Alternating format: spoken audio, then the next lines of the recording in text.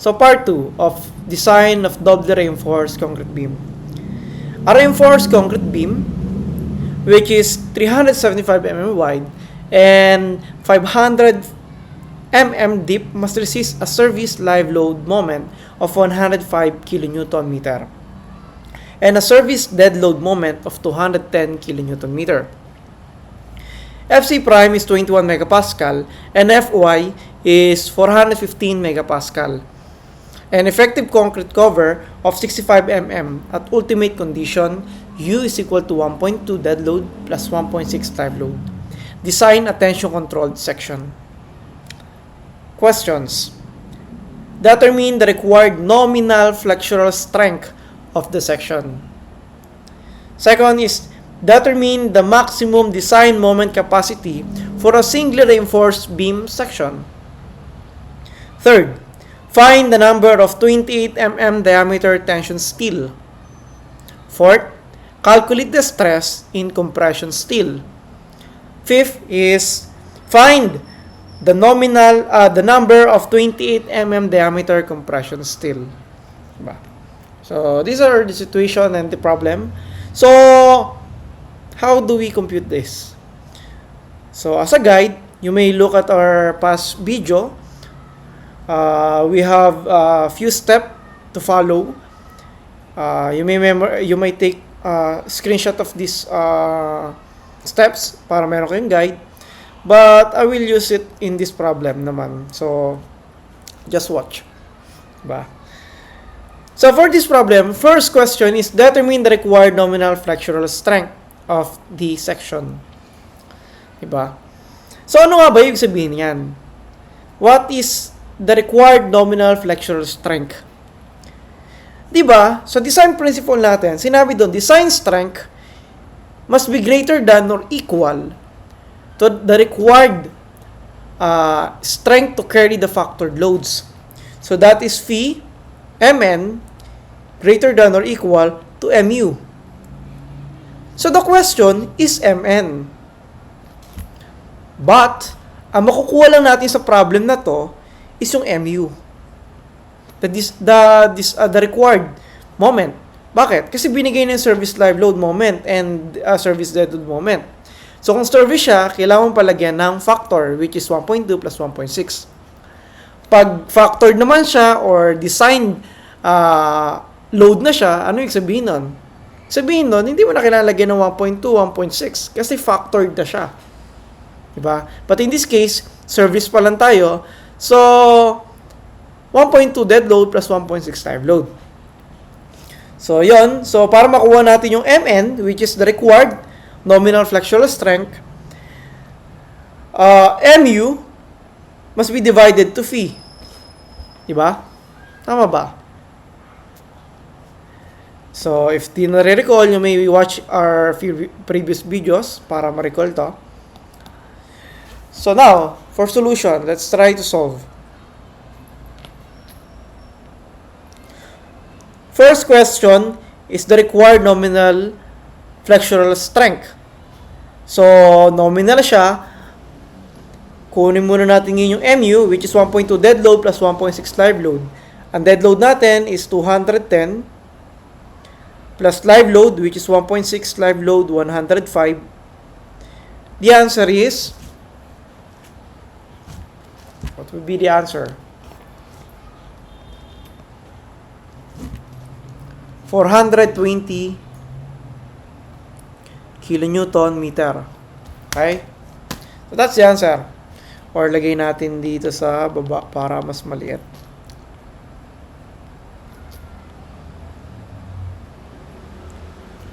Kilonewton meter. So that is the Mu, the required strength. Pero ang kailangan natin is nominal flexural strength. So that is Mn. So to get the Mn, we should divide the Mu to phi. Ano sabi? Design the section in tension controlled condition, di ba? So it must be divided to 0.9. So what will be the answer? So the answer is 466.67 kilonewton meter.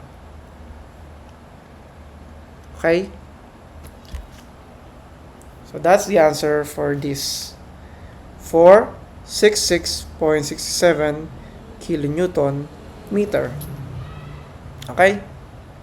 Next, determine the maximum design moment capacity for singly reinforced beam section. So, paano natin kukunin yun? Ang tinatanong dito is yung maximum moment para maging singly reinforced lang siya. Sabihin yun yung limit. Yun yung tanong dito sa second question. So, how do we solve that? We may use the moment. Diba? What is the formula for moment? Let's say for MU. Ang MU is phi C multiplied by D minus A over 2. Tama ba? Diba? Or phi T D minus A over 2. Yan yung mga formula. Now, ang question dito, bakit may phi? Di ba parang formula nun dati MN lang? You may back to the first video, nakalagay dito yon. Ito, itong part na to. Diba? Bakit MU ngayon? Saan ang pinakaiba ng MU sa MN? Ang MN is nominal. Pag sinabing design, dapat MU ang solve mo. So you have to multiply phi. Pag nominal lang hinahanap, you have to divide phi. Okay? So in this case, ano gagamitin natin sa dalawa na to? Hindi natin magagamit itong T. Why? Kasi pag T yung ginamit natin, ang T is AS FY. Wala pa tayong dami ng bakal. So, hindi natin siya masasolve. So, ang pwede natin gamitin is etong C. Which is, anong formula niyan? Phi 0.85 FC prime AB. Diba? So, D minus A over 2. But, the problem is, paano natin magagamit yung maximum design moment? Paano natin malalaman yung maximum? Of course, to get the maximum, we must use the maximum value of A. Diba? Maximum value of A. Ano ba yung maximum value niya? Diba? For singly reinforced, diba, ang maximum pwede mo daw gamitin, sabi sa code, is yung strain mo hanggang 0.004. Therefore, that is 3 over 7. Diba? But in our case, sabi natin, tension-controlled beam ang i-design natin. So, ang gagamitin natin na A is 3 over 8. Ano ba ang, teka lang, A max? Ano nga ba formula ng A max? Di ba ang A is just beta 1C? But, since maximum to, we must use the maximum C. What is C ba? Di ba ang C is just 0.003 all over 0.003 plus ES multiplied by DT. Di ba? But sa ating kasi maximum, ano ang gagamitin nating ES? Pag walang sinabing tension control dapat siya, ang gamitin nyo, 0.004. So that would be 3 over 7. But since we are going to design a tension controlled section, it means that yung ES natin, yung strain natin hanggang 0.005 lang, dapat 0.005 ang gagamitin natin dito. Diba? Therefore, ang Amax natin would be beta 1, 3 over 8 dt. So that's the formula for dt. For Amax. Non-tension controlled. Diba? So solving that, ang beta natin, since our FC prime is less than 28 megapascal, ang beta natin is 0.8 lang. 85. Then you multiply by 3 over 8. Multiply by dt. What is dt? Ang dt is just the same to d kasi We assume that it is a single layer, di ba? So, dt is 500 minus 65. Tama ba? Kasi this is gross. Total depth to depth to eh. So, you have to subtract the effective concrete cover, so that will be 435. Diba? So, you multiply 435. So, A max would be, under tension control to would be 138.66 mm. So, meron na tayong A max ngayon. So, if we have A max na, we can solve the MU na. Diba? So, what's MU? The maximum design moment for a singular reinforced beam. So, for singular reinforced lang to So, our phi is tension controlled, so that would be 0.9. Multiply by 0.85. Multiply by FC prime, which is 21. Multiply to A. In this case, we will use the maximum A, or the compression block. So, that is 138.66. Multiply by B, which is 375. Multiply by D, which is 435. Minus A max over 2. 138.66 all over 2. Diba? Therefore, our MU would be what? 305.45 kilonewton meter. So, this is the answer. So, in this case, makikita mo na yung dadaling pala ng load mo is 466.67. Yun yung dadalhin ng beam mo. Pero yung kaya lang ng beam mo for single reinforced beam is 305. Diba? Though this is a nominal, pag kinuha mo pa yung design strength niya, multiply by phi, so that would be 420. Diba? Imagine, 420 lang yung 420 yung dadali ng beam mo. Pero ang kaya mo lang for a single reinforced beam is 305. What does it mean? So, you need to increase the dimension of the beam or make it doubly reinforced baka sakaling kayanin. Di ba? So, in this case, syempre, gawin mo natin siyang doubly reinforced beam. Lagay natin ng additional bars sa tension side. Then, para mag-equal yung couple, kailangan maglagay ka naman ng reinforcement doon sa compression side para mag-yield yung bakal at hindi na siya maging compression controlled. Okay? So, yan. So, this is the answer for second question. 305.45. 305.45 kilonewton meter. Okay? Next question. Find the number of 28 mm diameter tension steel. So, how do we get that? At ano ang gagamitin nating moment? Diba? In this, on this time, alam na natin na double reinforced siya. Bakit? Pwede mo gamitin yung raw, yung sa first video natin, or pwede mo gamitin tong moment na to.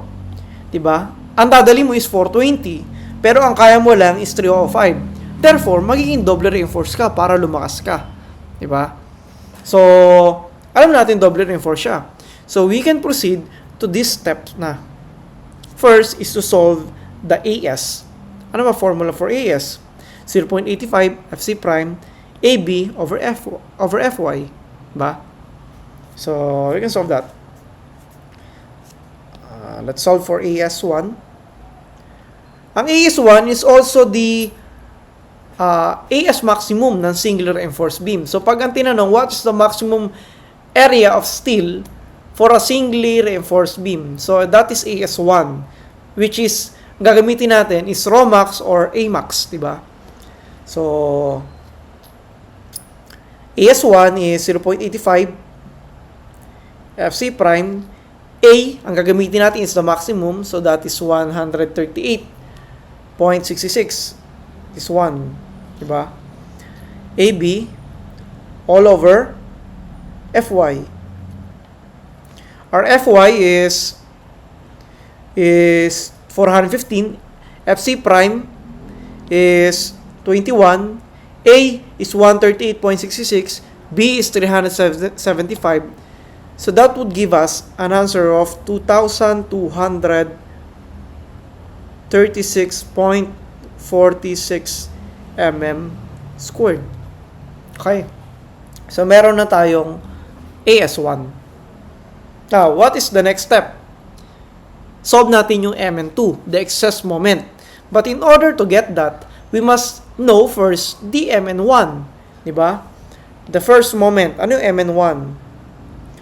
Ano formula Mn1? Pwede natin ang gamitin dito is just C D minus A over 2. Diba? So that would be just 0.85. FC prime, which is 21. A max would be 138.66. D is 435. Sorry, we must first 375 pala muna. Multiply by 435 minus 138.66 all over 2. So using that, we'll get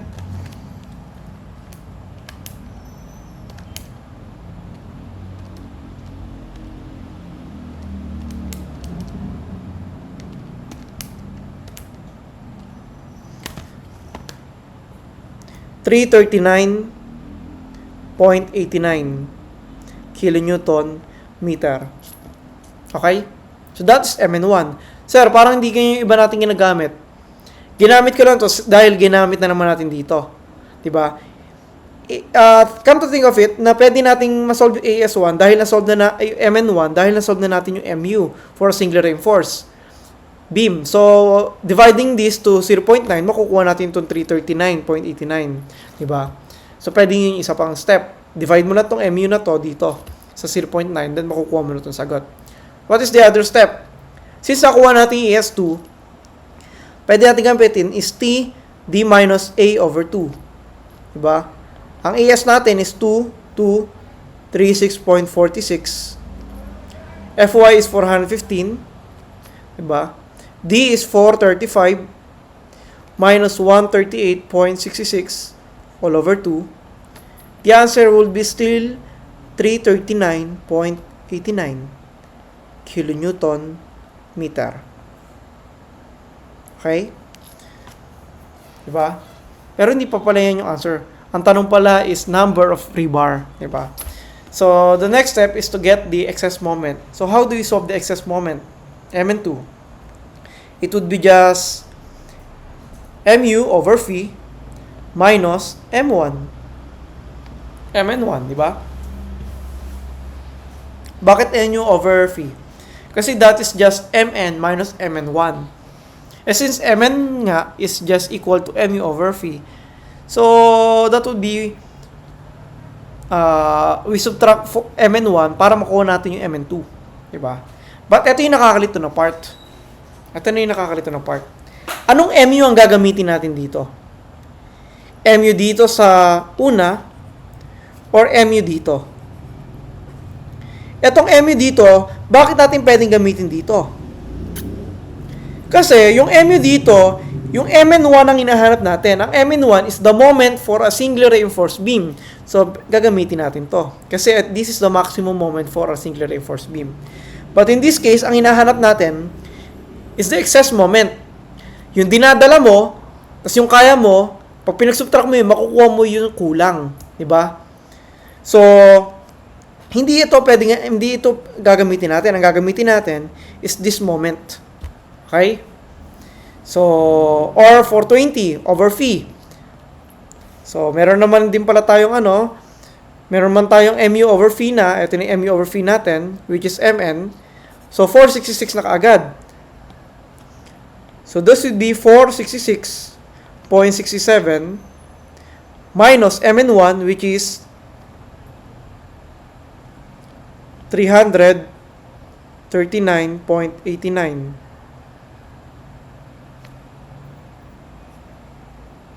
Okay. So, Mn, excess moment, Mn1, Mn2 would be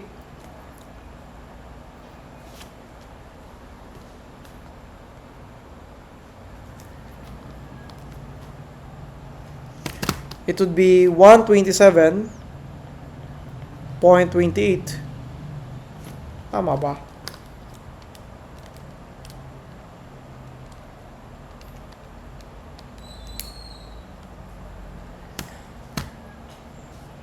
So, may nag-round off lang. 339 ba yun? 0.39. So, this is 38 pala. 339.38. 39. So, the answer is this one, kilonewton meter. So, this is the excess moment. The next step, ang sabi sa next step natin, after getting the excess moment, diba? After getting the excess moment, we solve for AS2. Ang AS2 is formula niyan is AS2 is equal to Mn2 over Fy d minus d prime. Saan ang galing yan? Go back to our previous problem, makikita mo dito kung bakit d minus d prime yan. Yung gitna lang yan, hanggang dito kasi is d prime, so d minus d prime, that is the perpendicular distance ng dalawang moment. Diba? So, Mn2, solving for AS2 is Mn2 all over Fy d minus d prime. What is Mn2? Mn2, yung nasolve natin, 127, 127.28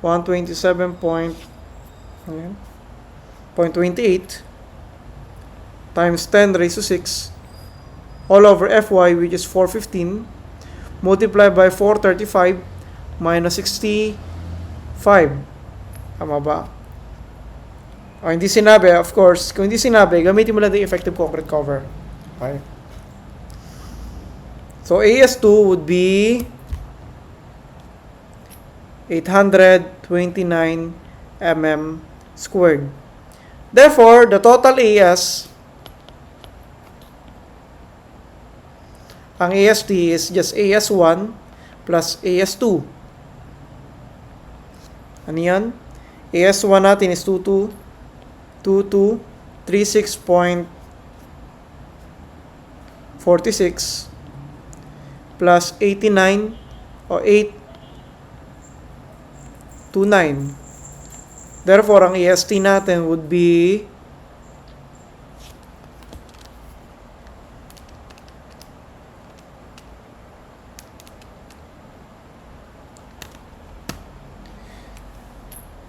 3065.46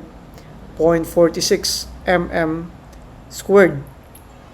Then, ang tinatanong is the number of rebar. So, NT is just AST over AB, area ng isang bar.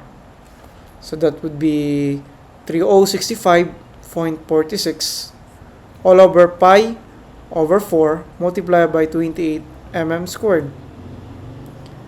So, the answer would be 4.97 pieces. Of course, you use 28 mm diameter bar. Okay? So, this is the answer.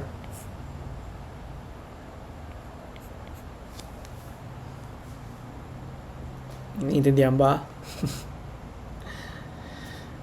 So, nasolve na natin yung N2, N1. Which is the tension, di ba? The number of bars in tension. So, ito, gamitin natin 28 mm diameter bars. Di ba? Next, ang hinahanap is compression steel. Stress in compression steel. So, madali lang to. Di ba? To get the compression steel,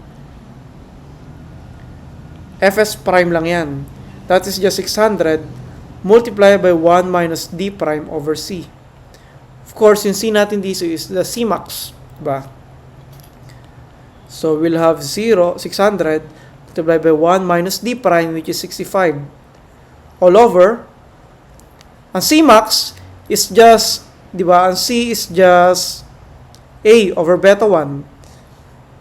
Diba? So, ang C max natin is 138.66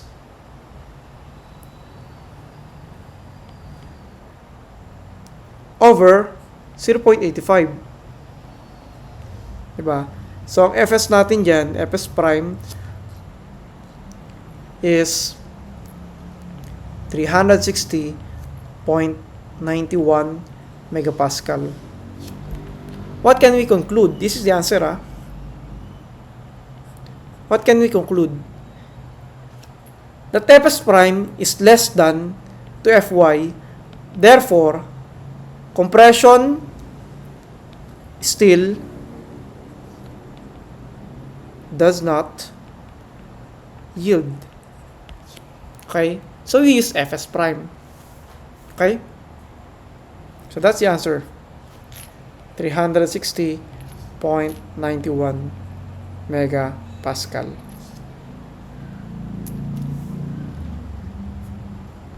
Next question is find the number of 28 mm diameter compression steel. So, ilan yung number ng N prime? Ano yung number ng compression steel? Diba, ang compression steel, back to this question, back to these steps, after getting Fs prime, para makuha natin yung As prime, which is the question in this part, number of bars, but first, we have to solve the As, diba? So, to get the As prime, mamimili ka dito sa dalawa. Diba? Parehas lang yan eh. But ito kasi, not neglected, dito naman neglected. Bakit merong not neglected at neglected? Sa neglected kasi, hindi mo sinama yung effect ng displaced concrete. But in this case, sa pangalawa, not neglected, sinama mo yung displacement. Kasi diba, yung stress mo dyan, hindi na kompleto. Yung stress ng bakal mo, hindi na kompleto. Why? Kasi binutasan mo yung concrete, nilagay mo ng bakal eh. So, nabawasan yun sa concrete eh. So, yung stress na niya is this part. Ito yung susubtract mo. So, pag hindi sinabi kong neglect or not neglect, do not neglect, use not neglect. Okay? So, we will use this. So, the formula that we will be using, because As prime na tayo, is As prime is just equal to As2 Fy all over Fs prime minus 0.85 Fc prime. Diba? Diba? But meron trick. Ano yung trick dito? Tricky part is, yung As2 natin, nag-round up tayo. Diba? From 4.67, 4.97, naging 5. Therefore, yung As2 natin, hindi na 829. Nadagdagan yan. Diba? So, kung nadagdagan to, dapat dagdagan din natin yung sa As prime. So, dapat baguhin natin itong As2 natin, hindi na 829. Okay? So, para natin makukuha yung actual As2. As2, actual, diba? Is just total As minus As1. Kasi As1, that's the maximum, hindi natin magagalaw yan. Ano yung As total? In this case, this would be just 5 multiplied to the area of bar. Diba? 5 multiplied by pi over 4 multiplied by 28 squared. So, yun yung area total. Kasi nag-round up tayo sa 5 imbis sa 4.97 eh. Kung 4.97 ang ginamit natin, ang EST natin is 3,065 lang to. Ito lang. But nag-round up tayo to 5. Therefore, ang actual AS2 natin na bago na. So, solve first the actual AS2. Okay? Paano sir kung di naman sinabi, kung di naman binigay, di naman tinanong yung AS prime? Ay, yung number of bars. Walang binigay na kapalang bakal. At yan gagamitin mo, yung theoretical AS2. But in this case kasi, binigay na 28 mm bars ang gagamitin. Therefore, ang AS2 actual natin nababago. So, subtract natin yung AS1 dito, which is 2236.46 AS2 would be 842. O, di ba nabago na? Nabago. Pero konti lang naman, di ba? So, since may AS2 na tayo, we can solve now the AS prime. AS prime is AS2, 842, multiplied by Fy, which is 415, all over Fs prime, which is 360.91, minus 0.85, Fc prime, which is, ano Fc prime natin? 21 megapascal. AS prime would be 1018.6 mm squared. Since ang question is in terms of number of rebar, we have to solve n prime, which is AS prime all over area of bar lang. So 1 or 18.6 all over pi over 4 multiplied by 28 squared. Ang n prime natin would be 1.65. Therefore, use 2 28 mm bars. Ba? So, pag dinrawing natin yan, ganito siya. Of course, alam natin hindi kasya sa one layer lang yan. 1, 2. Yan. So, dito sa compression bar, 228 mm bar. Dito, 528 mm bars. So, that's the answer. So, dito is 228 mm bars. So, yun lang. So, again, ulitin ko lang as a review. So, unang tinatanong, required nominal flexural strength of the beam. So, ang kinuha mo dito, Mn. So, una, kailangan mo munang kunin yung MU. Ano ba MU natin? 1.2 dead load plus 1.6 live load. Since nakuha mo na yung MU natin, you divide MU by phi, makukuha mo na yung Mn. Okay? So, ano yung pinagkaiba niya dun sa second question, maximum design moment capacity? At tinatanong dito una is design moment. So, MU rin. But, MU na maximum for a singular reinforced beam. So, ang kailangan mo gamitin, yung maximum parameters niya, which is AS max or C-max, yung mga ganun niya, yung mga maximum. But for tension control, 0.005 ang ginagamit natin yung strain, kaya naging 3/8. Okay? So, ang MU natin dito, ito lumabas, 305. Tapos, the next question is the number of 28 mm diameter sa tension steel. Dito, in this case, ang MN1 na ginamit natin is kung ano lang din tong MU na to. Kasi ito for singular reinforced ng MN1 eh. But, dito sa MN2, yung MU dito na kinuha, yung ginamit dito na MU, dapat yung dadalhin niya. Ano ba yung dadalhin niya? Itong 466. Yun yung dadalhin niya eh. So, yun yung ilalagay mo dito sa MN2. That's the required. Diba? So, meron ka na MN2. So, after getting MN2, you solve AS2. Then, you get AST. Then, you get the number of bars. After getting the number of bars, you get the stress. Diba? You check if nag-yield o hindi. Pag hindi nag-yield, Fs prime ang gagamitin mo. Now, after solving that, you solve for AS prime. But, take note that yung AS2 dito is the actual. Since nag-round up tayo dito, nabago na yung AS2 actual natin. So, to get that, multiply mo lang yung number of rebar, multiply to the area of rebar, minus AS1. Then, makukuha mo na yung AS2 actual. After getting AS2 actual, ginamit mo na yung formula. But in this case, nag-subtract pa tayo sa denominator ng 0.85 Fc prime kasi hindi sinabi kung i-neglect o hindi. So, dapat, do not neglect. Okay? Pag hindi sinabi. So, since may AS prime ka na, you solve N prime, then that would be the answer. So, I hope you learn from this video. If not, then you may review it naman. Replay nyo lang. And you may watch the previous videos. I think that is more detailed since nandun yung introduction. Okay? So, thank you for watching. See you for the next video.